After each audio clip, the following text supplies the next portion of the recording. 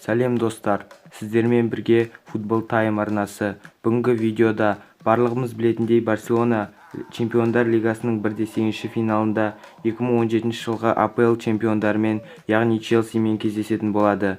Осы матч туралы каталондық клубтың ойыншыларының көзқарасын білетін боламыз.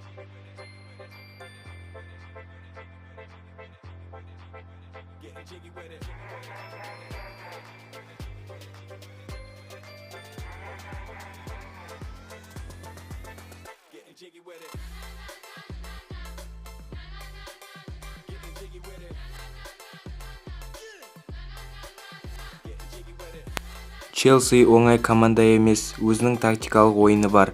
Сондықтан Барселонаға бұл матчта оңайға соқпайды. Мен Ливерпульде болғанда Чемпиондар Лигасында ойнайтын едім. Бірақ маған Барселонадан сұраныс түскенде мен ойланбастан «я» деп жауап бердім. Егер осы жылы Барселона Чемпиондар Лигасының жеңімпазы болса, бұл жеңіс менің де жеңісім болады. Болашақта Барселонаның атынан Чемпиондар Лигасында ойнауға мүмкіндік болады, деді Филиппо Каутиньо. Біздің командада жарақат алған ойыншылар бар. Бұл ойыншылардың болмауы біздің ойынымызды төмендетуі мүмкін. Бірақ біздің жеңетінімізге сенемін. Биылғы жылғы Челсидің ойынына көңіл аудармаймын. Челси бізге қауіпті команда, деп айтты Суарес.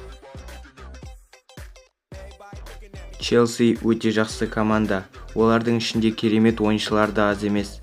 Чемпиондар Лигасының 1/8 финалында оңай команда болмайды.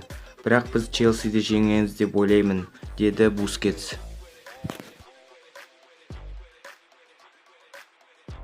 Бізге жеребьевкада қиын команда түсті. Бізді өте жақсы матч күтіп тұр. Қиын матч, бірақ керемет ойын болады. Көрермендерге өте қызықты матч болады. Челсидің өзінің тактикалық ойыны бар. Челси өте қиын команда, деді Эрнесто Вальверде. Біздің команданың кейбір ойыншылары жарақаттанған, ал қалғанының барлығы жақсы. Мен сенімдімін, өте тартысты ойын болады, деді Лионель Месси. Құрметті көрермендер, бізді шынымен де Чемпиондар Лигасының 1/8 финалында Челси мен Барселонаның арасындағы керемет матч күтіп тұр. Егер осы видео ұнаса, ерінбей лайк басып, комментария жазып, каналға қосылып кетіңіздер. Видеоны аяғына дейін көргендеріңізге шын жүректен рахмет.